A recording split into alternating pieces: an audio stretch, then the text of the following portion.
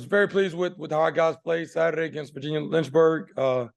We got an opportunity to get up on them early in the first quarter, and for the most part, we pulled all of our starters out of the game in the early second quarter. So it was great to see, get a lot of guys a lot of playing time.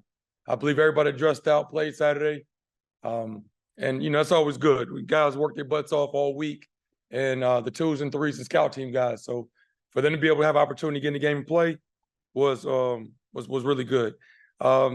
Please, I thought we grew, and we've improved every week. One area that we need to obviously improve on is our punt returners. Muffed quite a few punts Saturday. We did have Quick and Daryl Taylor, our usual guys back there. They were out, so we had a couple backups back there, but we've got to get that corrected. But overall, I was pleased after we made substitutions. Guys still stayed engaged. We didn't have a whole lot of substitution penalties, and it wasn't sloppy play. So whenever you get your downline guys in the game and they can close games out, that's a plus. I know that 68 looks good, that 0 looks good. The play of that offensive line, really noticed it this week and the last couple of weeks.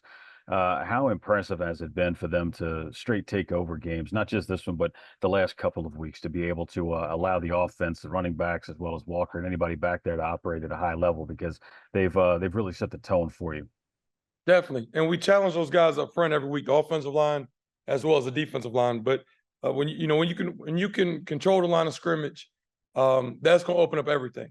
And for us to have 320 some yards of rushing this weekend, you're going to win a whole lot of games when you can run the football.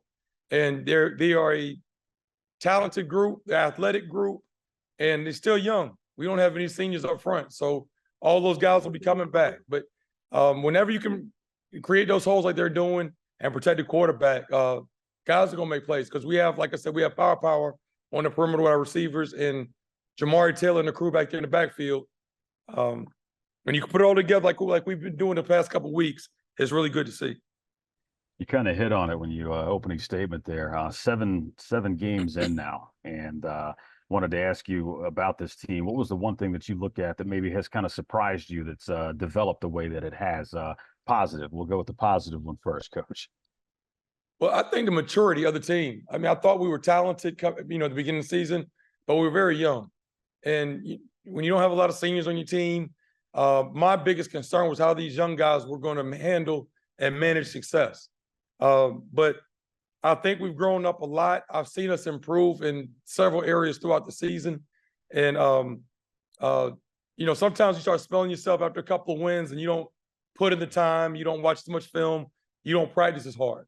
But guys have really been getting after it week in and week out, and really have improved. So I take my hat off to our coaches. They've done an outstanding job with preparing these guys. And you've got the week off here, but you're coming back after that with a 4-game run right into the teeth of the MEAC. What is it that you'd like for these guys to kind of take the next 2 weeks to get ready for, to make sure that they've got, this I dotted and this T crossed to get ready for MEAC play? Right. We're not going to change how we prepare or our weekly schedule, any of that. This week, I want my players to just get away. I don't want to talk about football. Just get out of the building, handle studies, and get on the phone with your family. But coaches as well. Players are young, they can kind of handle it. The coaches up there, they struggling. They need this week. So my coach will be out of the building today at 5 o'clock, so they can go home and play with their kids and then cook some dinner or whatever the case may be. But the big thing this week, I think, for everybody in the program is just kind of get away and recharge our battery, because this conference stretch is going to be tough. I'm assuming maybe see a few football games too in the recruiting, but we'll talk about that later, some other time there. Oh, definitely hitting that. Right. Gotcha. And I'm assuming too that this bye week coming at just the right time to get healthy. I don't know of any injuries, but I know that it never hurts to get some dings and some bruises healed up before you start the teeth of this MEAC run. Definitely. We had some guys banged up. A few guys on our defensive line are banged up. Jaden Taylor came back, I think 2 weeks, so we kind of worked him back in and to get in game shape. Thomas Johnson, defensive end, he played a little bit this weekend for the first time this year. We're hoping to get Juju Williams back, other defensive end. Then obviously Quick was out, and Daryl Taylor. A couple guys are out this past week that we will get back. So we are getting healthy at the right time. And I think that we're improving and kind of finding our rhythm at the right time. Hearing that, Coach, do you have any final comments that you want to give about the bye week or upcoming games? Just looking forward for our guys to be able to get refreshed coming into this long stretch. And it's good to come out of this tough non-conference schedule we had with our record. That was a plus because we were tested early. And I think the fruits of our labor finally paying off. So I think that we were up to 21 in the polls now. We're going to take this week off, get refreshed, and get ready for this conference streak.